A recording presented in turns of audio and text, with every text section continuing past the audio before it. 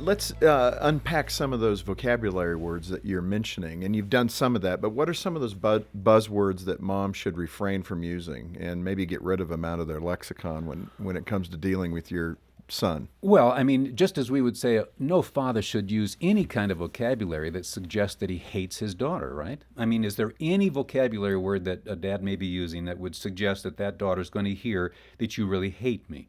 And if there's any message that he sends that is that. So a mother just has to step back. Is there any vocabulary word that I'm using that would cause my son to think that I don't respect him, that I have contempt toward him, that I despise who he is, that I find him unacceptable as a human being, that he's less than he ought to be?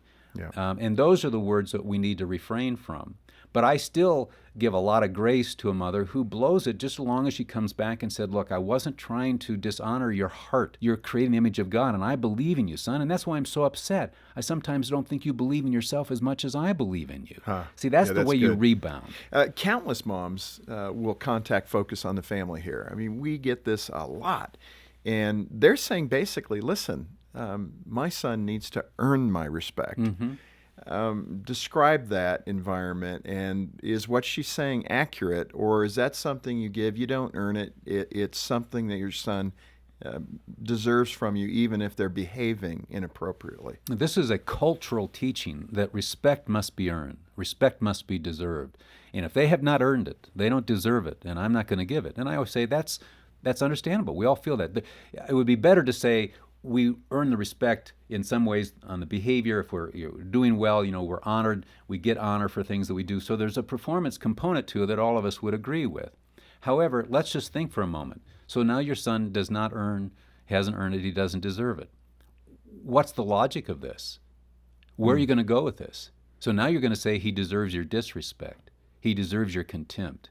He deserves you to say he's despicable. He deserves that you say that he's inadequate. See, if you bring this to its logical conclusion, then what you're saying is I can show contempt toward him all day long because he doesn't deserve it. And I'm going to say that is one of the biggest mistakes we could ever make with any human being, because no human being responds to contempt. So what the mothers are basically saying is, I'm not feeling that respect toward him because of his misbehavior. That's correct. We're not asking you to feel respect. What we're asking you is respectfully confront that which he's done that's not respectable. Because if you show contempt toward his spirit, that's the same thing as a father showing harshness and anger toward his daughter because she's not performing at the level that he wants, but as a result of his harshness and anger, she starts, performing at the level that he wants. But you're going to lose her heart, and you'll lose your son's heart if you continue to show contempt. So we have to then talk about unconditional respect being equal to unconditional love. And what are we talking about? God calls the husband to love his wife unconditionally. That doesn't mean, honey, I know you're committing adultery with the neighbor, so just continue on because I'm going to show you that I'm unconditional in my love. We say that's stupid. Unconditional doesn't mean you give another person license to do what they want. Unconditional love means there's no situation, no circumstance, no condition that can get me to ever hate you. I love who you are. What you're doing is unacceptable, but there's nothing you will ever do to get me to hate you.